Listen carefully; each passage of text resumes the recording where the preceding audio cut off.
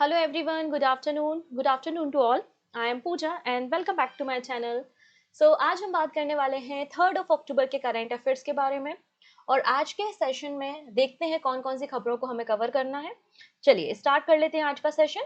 और ये जो हमारे करंट अफेयर्स के सेशंस हैं ये आपके सभी एग्जाम्स को कवर करते हैं, चाहे आप बैंकिंग की तैयारी कर रहे हो या फिर रेलवेज की या एसएससी की। तो आप अपने फ्रेंड्स के साथ लिंक को डेफिनेटली शेयर कर सकते हैं। तो सबसे पहले एक क्रिकेटर के बारे में बात करते हैं जिनका नाम है यशस्वी जायसवाल। आई होप इनका नाम आपने पहले भी सुना होगा क्योंकि एक जाने माने बहुत ही पॉपुलर क्रिकेटर है। अभी ये आईपीएल में राजस्थान रॉयल्स के लिए आपको खेलते हुए दिखाई भी देंगे। ठीक है, यशस्वी जायसवाल एकमात्र इंडियन क्रिकेटर बन चुके हैं जिन्हें 2025 टाइम 100 नेक्स्ट लिस्ट में शामिल किया है। तो टाइम्स मैगजीन पब्लिश होते ही आप लोगों ने सुना होगा। सो टाइम्स मैगजीन 100 नेक्स्ट जो लिस्ट है 2025 उसमें एकमात्र क्रिकेटर जो शामिल हुए हैं उनका नाम है यशस्वी जायसवाल। ठीक है, इसके अलावा ये राजस्थान रॉयल को रिप्रेजेंट कर रहे थे आईपीएल में। ठीक, चलिए अब ध्यान से समझिएगा। आज हमें यहाँ पे जो चेक सिस्टम होते हैं ना, आप लोग जाते हैं बैंक में चेक डिपॉजिट करते हैं, फिर वो चेक जो है वो आपको उसका अमाउंट आपके अकाउंट में ट्रांसफर होते हैं, जो भी प्रोसेस होती है उसके बारे में भी एक आरबीआई का सर्कुलर आया है, वो भी हम देखेंगे। ठीक है, so government approve opening of 57 new केंद्रीय विद्यालय। तो यहाँ पे गवर्नमेंट ने cabinet committee of economic affairs की मीटिंग हुई थी जिसको चेयर कर रहे थे प्राइम मिनिस्टर, और यहाँ पर 57 नए केंद्रीय विद्यालय को स्टैब्लिश करने की परमिशन दे दी है। और इन 57 में से 19 आपको बिहार राज्य में, इसके अलावा जम्मू में भी ओपन होंगे, आंध्रा में ओपन होंगे, अलग अलग राज्यों में ओपन होंगे, लेकिन सबसे ज्यादा जो अमाउंट है वो 19 का आपको देखने को मिलेगा केंद्रीय विद्यालय का बिहार राज्य में। ठीक है, तो cabinet committee on economic affairs की मीटिंग हुई थी और 57 केंद्रीय विद्यालय को स्टैब्लिश करने की परमिशन यहाँ पर दे दी गई है। ठीक है जी, under the new education policy, इसके अंतर्गत फिर नई नौकरियां भी क्रिएट होंगी और ज्यादा से ज्यादा बच्चों को फिर केवी में एनरोलमेंट मिल पाएगा। ठीक है, अब ये 9 ईयर, क्योंकि एक दिन में तो 57 विद्यालय बन नहीं सकते, तो 9 ईयर का ये प्रोजेक्ट है, 9 सालों का ये समय लगेगा। और इसका जो अप्रोक्सीमेटली कॉस्ट है वो 5870 62 करोड़ रुपीज है। लगभग 5800 करोड़ रुपए का बजट यहाँ पर सैंक्शन किया गया है इन 57 नए केंद्रीय विद्यालय को स्टैब्लिश करने के लिए। ठीक है, अब इन 57 में से जो 50 केंद्रीय विद्यालय हैं उनको स्पॉन्सर करने का काम स्टेट गवर्नमेंट या जिस भी यूनियन टेरिटरी में वो स्टैब्लिश हो रहा है वहां की गवर्नमेंट करेगी। लेकिन 7 जो आपके केंद्रीय विद्यालय होंगे वो मिनिस्ट्री ऑफ होम अफेयर्स के द्वारा स्पॉन्सर किए जाएंगे। बात समझ में आ गई है? 50 स्टेट की गवर्नमेंट करेगी स्पॉन्सर और 7 मिनिस्ट्री ऑफ होम अफेयर्स करेगी। ठीक, डन। ये जो 5862 करोड़ रुपए का बजट है इसमें 2585 जो है वो कैपिटल एक्सपेंसेस हैं, मतलब कैपिटल इंफ्रास्ट्रक्चर आप कह सकते हो कि बिल्डिंग बनाना है, क्लासरूम्स बनाना है, और ऑपरेशन के लिए 3200 करोड़ रुपीस है। ठीक है, नाउ बात करते हैं वर्तमान में भारत में कितने केवीज या पूरे इंडिया में टोटल अभी कितने केवीज रन हो रहे हैं। सो 1288 केवीज आपको यहाँ पर फंक्शनिंग देखने को मिलेगी। इनमें से एक मॉस्को में भी है, काठमांडू में भी है और तेहरान में भी आपको एक केवी देखने को मिलेगा। मतलब जो केंद्रीय विद्यालय है वो इंटरनेशनल मार्केट में भी आपको देखने को मिल जाएंगे। ठीक है, चलिए अब बात करते हैं वर्ल्ड के लॉन्गेस्ट एंड टॉलेस्ट ब्रिज के बारे में। ठीक है, जो कि चाइना ने अनवील किया है। आप यहाँ पर इस पिक्चर में उस ब्रिज की फोटो देख सकते हैं। चाइना के हुआजियांग ग्रांड कैनियन ब्रिज को इनॉग्रेट किया है। ये जो ब्रिज बनाया गया है ये किस नदी पर है? ये आपको वीपन नदी पर देखने को मिलेगा। ये आपको वीपन नदी पर देखने को मिल जाएगा और इसकी जो हाइट है नदी से, नदी का जो कह सकते हो कि सरफेस है, वहां से जो इसकी हाइट है वो 2050 फीट की आपको देखने को मिल जाएगी। इसलिए इसे वर्ल्ड का टॉलेस्ट ब्रिज कहा गया है और वर्ल्ड का ये लॉन्गेस्ट माउंटेनियस ब्रिज है जो कि माउंटेन रेंज पे बनाया गया है। ठीक है, अगर इसकी लंबाई की बात करें तो लगभग 1420 मीटर के आसपास इसकी लंबाई आपको देखने को मिल जाएगी। अगर फीट में बात करते हैं तो यहाँ पर वो भी मेंशन यहाँ पर किया गया है। सो माउंटेनियस सबसे लंबा और सबसे बड़ा ब्रिज आपको देखने को मिल जाएगा। चाइना के हुआजियान ग्रैंड कैनियन ब्रिज के नाम से इसे जाना जाता है। चाइना ने इसे अनवील किया है और इसने अमेरिका के रॉयल गॉर्ज ब्रिज को सक्सीड या ओवरटेक करने का काम किया है जिसकी लंबाई या जिसकी हाइट 956 मीटर थी। नाउ बात करते हैं वीमेंस T20 वर्ल्ड कप। लेकिन कैसा वर्ल्ड कप है ये? Blind cricket. पहली बार for the first time India और श्रीलंका मिलके होस्ट कर रहे हैं women T20 world cup cricket for the blind. ठीक है, नेक्स्ट मंथ 11 से लेकर 23 ऑफ जो आपका नवंबर है उसमें ये मैचेस खेले जाएंगे और नई दिल्ली से इसकी ओपनिंग की जाएगी। ठीक, नाउ बात करते हैं छत्तीसगढ़ के एक कस्बे के बारे में, छत्तीसगढ़ के एक जिले के बारे में जिसका नाम है बालोद। ठीक है, तो आप यहाँ पे देख सकते हैं बाल विवाह मुक्त जिला घोषित हुआ है बालोद। तो बालोद कहाँ पर है? छत्तीसगढ़ में है और ये इंडिया का पहला डिस्ट्रिक्ट है जो कि चाइल्ड मैरिज फ्री डिस्ट्रिक्ट है। ठीक है, आप सभी को पता है कि हमारे देश में मैरिज की एक लीगल एज है कि अगर कोई भी लड़की की शादी हो रही है तो उसकी उम्र मिनिमम 18 साल और लड़के की शादी हो रही है तो उसकी मिनिमम उम्र 21 साल होनी चाहिए, नहीं तो उसे चाइल्ड मैरिज कंसिडर किया जाता है। तो in a historic milestone for social reform, Balod district जो कि छत्तीसगढ़ में है, इसे ऑफिशियली डिक्लेयर किया गया है इंडिया का पहला चाइल्ड मैरिज फ्री डिस्ट्रिक्ट। ठीक है, और इसे रिकॉग्नाइज किया गया है under the child marriage free India campaign के अंदर। ठीक है, यहाँ पे पिछले 2 सालों में कोई भी केसेस चाइल्ड मैरिज के रजिस्टर नहीं किए गए हैं और पूरा कंप्लीट यहाँ पे जितनी भी ग्राम पंचायत है उनकी लीगल प्रोसेस पूरा सर्टिफिकेशन चेक करने के बाद बालोद डिस्ट्रिक्ट जो कि छत्तीसगढ़ में है इसे इंडिया की पहली officially child marriage free district declare किया गया है। ठीक है, चलिए, अब आपने देखा होगा कि हॉस्पिटल स्पेशली जो सरकारी हॉस्पिटल होते हैं वो बहुत बड़े होते हैं। अगर हम एम्स की बात करें, ऑब्वियस सी बात है एम्स काफी बड़ा होता है, अलग अलग रूम्स होते हैं, अलग अलग जगहों पे अलग अलग डॉक्टर बैठते हैं, ओपीडी कहीं अलग होता है, पेशेंट का जो रिकॉर्ड रूम होता है वो अलग होता है, या फिर आपकी पैथ लैब अलग होती है। तो बहुत सारी चीजें आपको हॉस्पिटल में मिलती है। तो हॉस्पिटल में जाने वाले लोगों को असुविधा ना हो, स्पेशली एम्स दिल्ली में, इसलिए हेल्थ मिनिस्टर जेपी नड्डा ने AIIMS mobile application for indoor navigation launch किया है जिसका नाम है एम्स दिशा। क्या नाम है इसका? एम्स दिशा। तो नई दिल्ली में जो एम्स है उसके अंदर ये मोबाइल एप्लीकेशन वर्क करेगा। कोई पेशेंट वहां पर जाता है तो उसको अगर नेविगेट करना है कि कहाँ पर ऑन्कोलॉजी सेंटर है, मतलब कैंसर का ट्रीटमेंट कहाँ होता है, पैथ लैब कहाँ पर है, काउंटर कहाँ है, रिसिप्ट कहाँ से ओपन होगी, ओपीडी कहाँ पर है, तो कितना बड़ा होता है हॉस्पिटल, तो उसमें नेविगेट करने में आसानी होगी। इसलिए यहाँ पर एम्स दिशा एप्लीकेशन को अनवील करने का काम जेपी नड्डा ने किया है। नेक्स्ट बात करते हैं नेशनल जियो साइंस अवार्ड 2024 के बारे में। रिसेंटली प्रेसिडेंट द्रौपदी मुर्मू ने नेशनल जियो साइंस अवार्ड 2025 को डिस्ट्रीब्यूट किया है। कहां पर? आपके राष्ट्रपति भवन में, नई दिल्ली में। टोटल 20 जियो साइंटिस्ट को अवार्ड दिया जा रहा है। ठीक है, 20 जियो साइंटिस्ट को अवार्ड दिया जा रहा है। Receive 12 award for excellence in mineral discovery, mining and geo science. अब यहाँ पे अगर हम जियो साइंस अवार्ड के बारे में बात करते हैं तो जियो साइंस के सेक्टर में जो प्रेस्टिजियस या फिर बहुत ही ज्यादा रिकमेंडेबल काम करते हैं उनको ये अवार्ड दिया जाता है मिनिस्ट्री ऑफ माइंस के द्वारा। और इन अवार्ड की शुरुआत 1966 में की गई थी। अब यहाँ पे सभी कैटेगरी नहीं देखनी, जो 2 इंपॉर्टेंट कैटेगरी हैं केवल वो मैं आपके साथ शेयर करूंगी। पहला है national geo science award for life time achievement. ये अवार्ड दिया गया है प्रोफेसर श्याम सुंदर राय को। किसे दिया गया है? प्रोफेसर श्याम सुंदर राय को, इंडिविजुअल कैटेगरी में। और national young geoscientist award Shri Sushobhan Neogi को दिया गया है, वो भी इंडिविजुअल कैटेगरी में। तो बस आपके लिए 2 नाम इंपॉर्टेंट है, बाकी लिस्ट बहुत बड़ी है, टीम इवेंट्स ज्यादा हैं तो उतनी चीजें हमें यहाँ पर याद नहीं करनी है। बात समझ में आ रही है? चाहो तो स्क्रीनशॉट ले लो, और स्क्रीनशॉट से अच्छा है कि पीडीएफ डाउनलोड कर लो। टेलीग्राम पे क्लास ओवर होने के बाद पीडीएफ मिल जाएगी, एप्लीकेशन पे ऑलरेडी अपलोड हो चुकी है। ठीक है, टेलीग्राम का लिंक डिस्क्रिप्शन में अवेलेबल है। चलिए नाउ बात करते हैं same day cheque settlement from October 2025। 4 अक्टूबर मतलब कल से सेम डे पर आपके चेक्स का क्या होगा? सेटलमेंट होगा। ऐसा नहीं कि 1 दिन लग रहा है, 2 दिन लग रहा है चेक सेटलमेंट होने में, नहीं, इमीडिएट रियल टाइम बेसिस पे या सेम डे पे आपको ये चेक क्लियरेंस देखने को मिलेगा।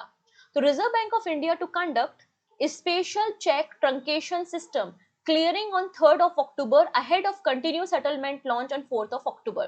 तो स्पेशल जो आपके जितने भी नेगोशिएबल इंस्ट्रूमेंट्स होते हैं जिनका सेटलमेंट किया जाता है वो आपके स्पेशल चेक ट्रंकेशन सिस्टम में आते हैं। तो आज इसको पायलट बेसिस पे 3 अक्टूबर को रन किया जा रहा है और कल से फुल एंड फाइनल 4 अक्टूबर से सेटलमेंट स्टार्ट किया जाएगा। So Reserve Bank of India announced a special clearing in the check truncation system on 3rd of October. और यहाँ पे जो ट्रांजिशन है वो कंटिन्यूअसली रहेगा। सेटलमेंट मैकेनिज्म 4 अक्टूबर से स्टार्ट हो जाएगी। अब यहाँ पे जो है चेक डिपॉजिट, अगर आपका चेक डिपॉजिट 10 AM से लेकर 4 PM के बीच में हुआ है, मतलब सुबह के 10 बजे से लेकर 4 बजे के बीच में जाके आपने बैंक में अपना चेक दिया है, तो उस केस में आपका जो चेक क्लियरेंस होगा वो सेम डे पे होगा, मतलब सेम डे पर आपके चेक को क्लियरिंग हाउस पे भेज दिया जाएगा। आपको कई दिनों का समय यहाँ पे नहीं लगेगा, ठीक है। स्पेशल क्लियरिंग टाइम यहाँ पे लिखा है 11 AM to 3 PM। ये आपका प्रेजेंटेशन सेशन है, मैं बताऊंगी प्रेजेंटेशन सेशन क्या होता है। और रिटर्न सेशन आपका 5 से 8 PM के बीच में आपको देखने को मिल जाएगा। 2 फेजेस में ये पूरा चेक ट्रंकेशन सिस्टम को लॉन्च किया जाएगा। 4 अक्टूबर से पहला फेज स्टार्ट हो रहा है और 3 जनवरी 2026 से दूसरा फेज स्टार्ट होगा। अब यहाँ पे जैसे कि प्रेजेंटेशन सेशन और रिटर्न सेशन के बारे में बात हुई है। प्रेजेंटेशन सेशन का टाइम 11 बजे से लेकर 3 बजे तक का है और रिटर्न सेशन का टाइम शाम को 5 बजे से 8 बजे तक का है। तो आखिरकार ये प्रेजेंटेशन होता क्या है? आप चेक लेके गए कहां पर? बैंक में, और चेक को डिपॉजिट किया, तो यही आपका प्रेजेंटेशन है। In the contest of cheque clearing, presentation session is the period when the cheques are sent to the clearing house. आपने बैंक में चेक डिपॉजिट किया और चेक कहां पे गया? क्लियरिंग हाउस में गया। उसे हमने क्या कहा है? प्रेजेंटेशन सेशन का है। लेकिन हो सकता है कि कुछ चेक में डिफॉल्ट हो जाए, मे बी पॉसिबल। हो सकता है कि किसी का बैंक अकाउंट में उतना पैसा ही नहीं है, मे बी पॉसिबल। तो ऐसे अनपेड जो आपके चेक्स होते हैं जिसमें कोई भी प्रॉब्लम्स हैं, तो वो आपका रिटर्न सेशन आपको देखने को मिल जाएगा। तो presentation session involve sending the cheque image for payment and if the cheque is rejected by the drawee bank, the return session is used to send that rejection information bank to the representing bank. Clear है? ठीक है। ये जो order pass किया है under the payment and settlement system act 2007 के अंदर किया गया है। अब यहाँ पे जो चेक ट्रंकेशन सिस्टम है उसकी जो प्रोसेसिंग लोकेशंस है वो 3 ग्रिड्स में होंगी, चेन्नई में, मुंबई में और नई दिल्ली में, और इसमें सभी बैंक्स को कवर किया जाएगा। ठीक है, इतनी चीजें, ये बात यहाँ पे मेंशन की गई है। इसके अलावा बोला गया है अगर आपका चेक अमाउंट 50,000 या 50,000 से ज्यादा है तो उस केस में फ्रॉड्स को रोकने के लिए ये मैंडेट है, मतलब एडिशनल सिक्योरिटी मेजर की जाएगी। ठीक है, इसके लिए पॉजिटिव पे सिस्टम एनपीसीआई लेकर आया है एडिशनल सिक्योरिटी मेजर, अगर आपके चेक का अमाउंट 50,000 या 50,000 से ज्यादा है, जिससे कोई भी फ्रॉड का केस ना हो। अब इसमें जब सीटीएस होगा, मतलब जो आपका चेक की जो इमेज है वो क्लियरिंग हाउस में भेजी जाएगी, तो 3 तरीके से इमेजेस को कैप्चर किया जाएगा, ग्रे स्केल पे, ब्लैक एंड व्हाइट स्केल पे, ठीक है, और पीछे मतलब बैक की तरफ भी ब्लैक एंड व्हाइट स्केल में किया जाएगा, जिससे इमेज फ्रेंडली कलर आपको दे और क्लैरिटी आए आपके चेक में। तो ये बात यहाँ पर मेंशन की गई है। ठीक है, नेक्स्ट है India target 5-fold expansion of space sector to $44 billion by 2033। तो इंडिया का स्पेस सेक्टर लगातार ग्रो कर रहा है, ये बात आप सभी को पता है।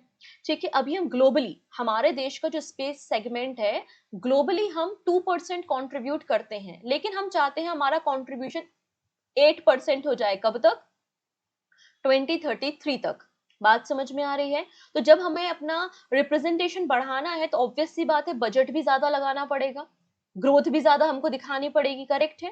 तो इंडिया का स्पेस सेक्टर है, इसने अपनी ग्रोथ को प्रोजेक्ट किया है कि हम $44 बिलियन की ग्रोथ करेंगे 2033 तक।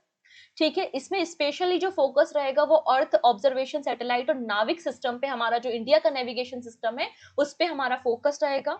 इसके अंदर हमारा agriculture, disaster management, telecommunication, governance, urban planning पे फोकस रहेगा। अभी भारत का जो शेयर है स्पेस मार्केट में वो 2% का है, हमें इसे 8% करना है 2033 तक। ये बात यहाँ पर मेंशन की गई है।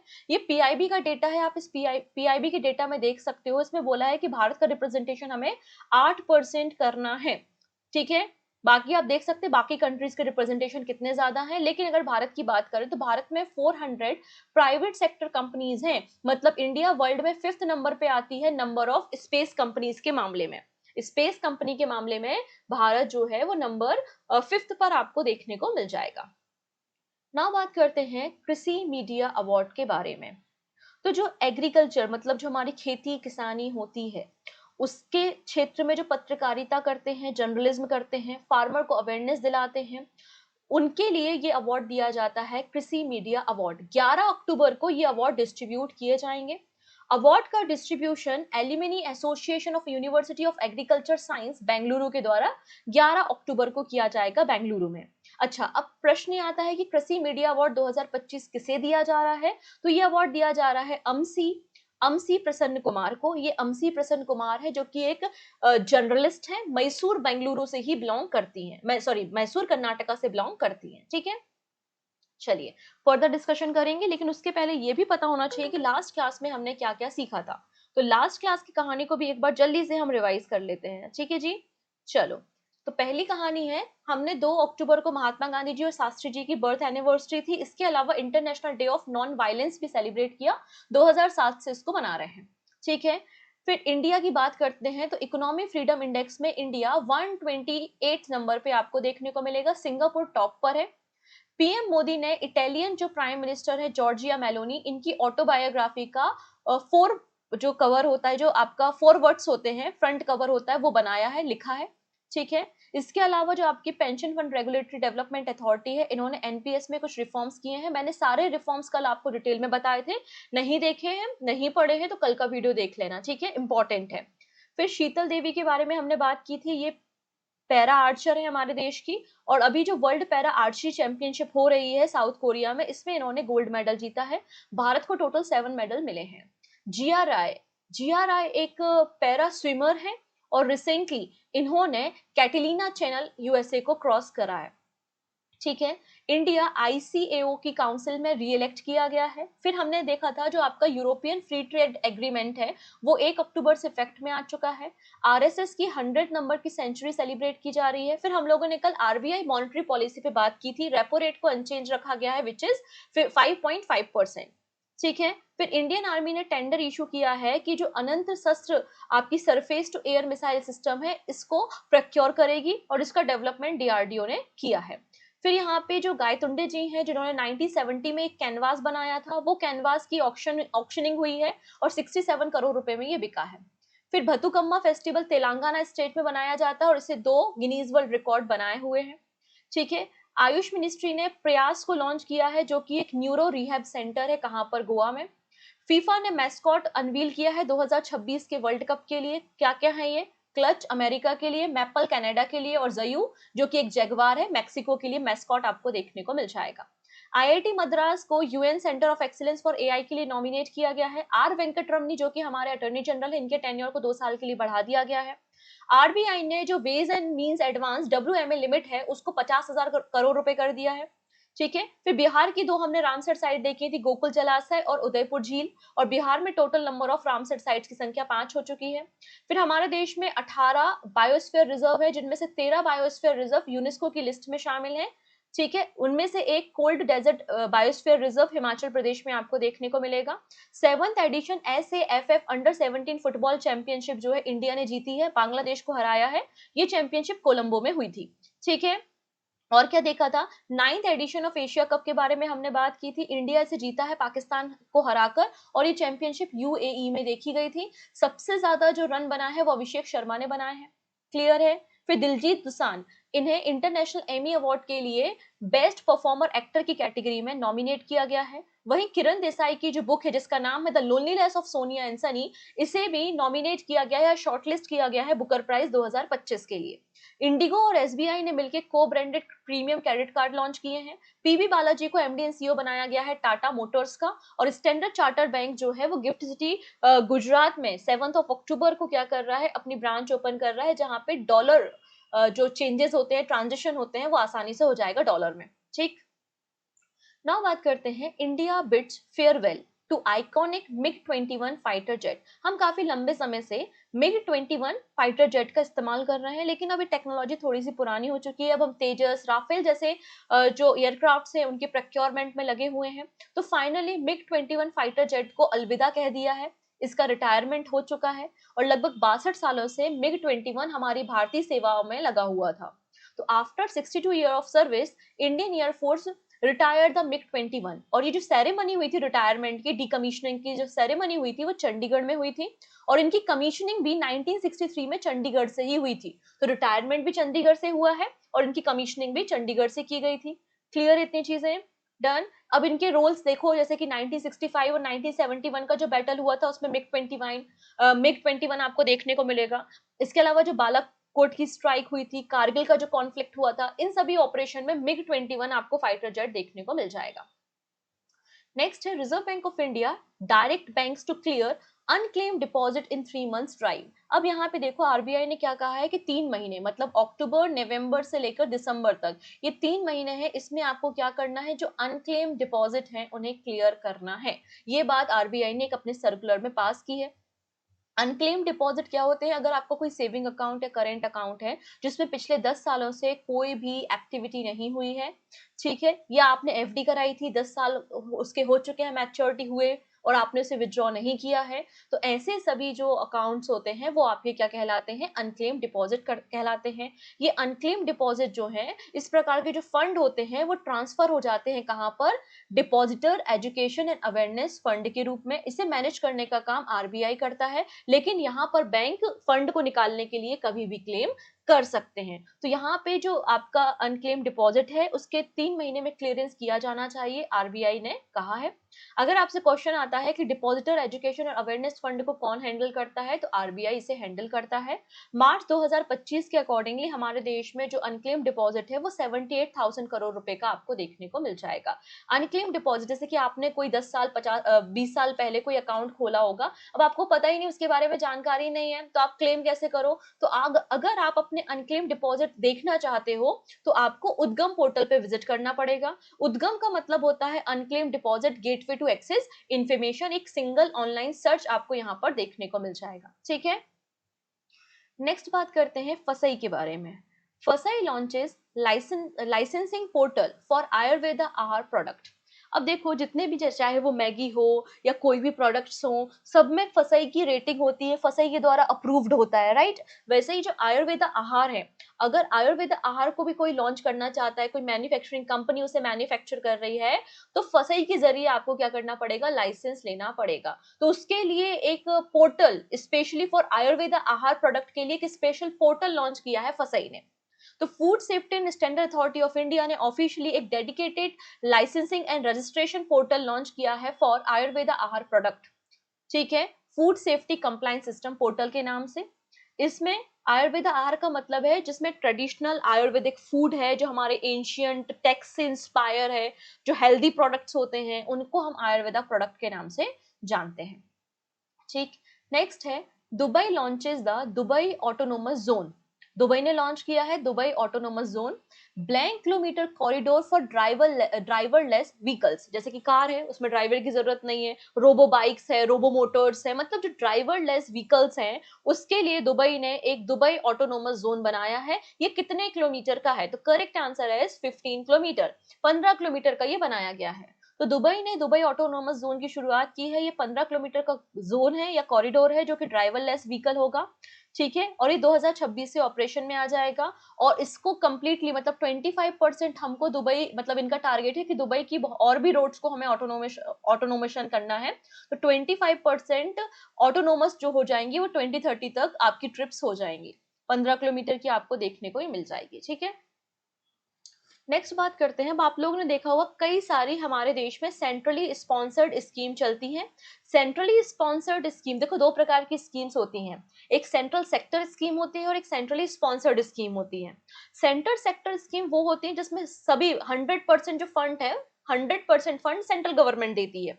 लेकिन सेंट्रली स्पॉन्सर्ड जो स्कीम होती है उसमें जो फंड होता है वो स्टेट गवर्नमेंट का भी होता है और आपका सेंट्रल गवर्नमेंट का। जैसे आपने देखा होगा कि 60:40 का रेशियो होता है आपके नॉर्मल स्टेट्स के लिए, कि 60% पैसा कौन देगा, सेंट्रल गवर्नमेंट, 40% पैसा स्टेट का रहेगा। 90:10 का रेशियो आपने देखा होगा हिमालयन स्टेट्स के लिए रहता है। 100% फंडिंग यूनियन टेरिटरी में गवर्नमेंट करती है।